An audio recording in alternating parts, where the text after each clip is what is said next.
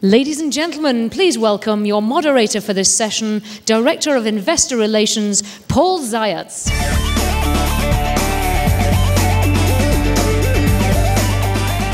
Okay, welcome back, everyone. We're going to start the Q&A session with our CEO, Jonathan Schwartz, and our CFO, Michael Lehman. We're going to try to alternate from row to row, starting over here. Jim will have a microphone in this row, and Angela will have a microphone in the other row. Please do hold the microphone fairly close to your mouth. It's a little bit sensitive. Also, as with our earnings calls, we request you ask one question of one part. We hope to get through all questions in the room that way, and if there's time, we'll definitely come back and take follow-up questions. So let's start over here with... So do you ever get tired of suggesting that?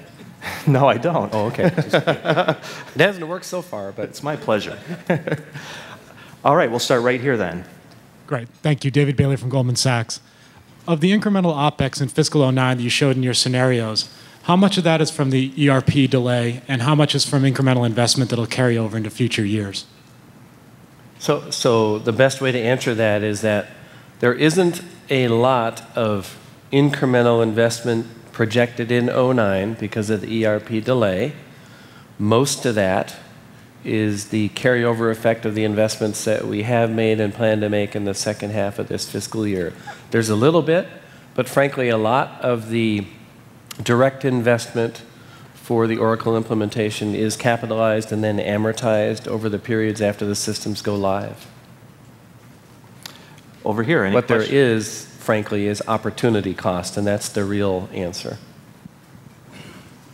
Any questions on this side of the room? Right here, Angela.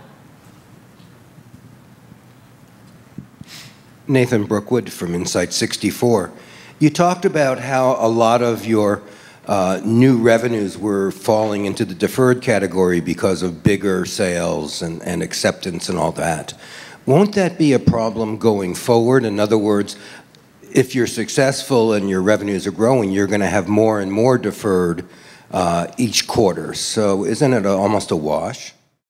During the course of today's presentations, we'll be making projections and other forward-looking statements regarding expected future financial results and business opportunities. Our actual future results may be very different from our current expectations. We encourage you to read the 10-Ks and 10-Qs that we file periodically with the SEC. These documents contain a discussion of the risks facing our business, including factors that could cause these forward-looking statements not to come true. We do not currently intend to update these forward-looking statements. In addition, during the course of the conference, we may describe certain non-GAAP financial measures, which should be considered in addition to and not in lieu of comparable GAAP financial measures. For the most directly comparable GAAP financial measures and related reconciliations, please refer to the slides posted on the Sun Analyst Summit 2008 page and the earnings call financial slides and operations analysis, all of which can be found on the investor relations section of our website at sun.com/investors.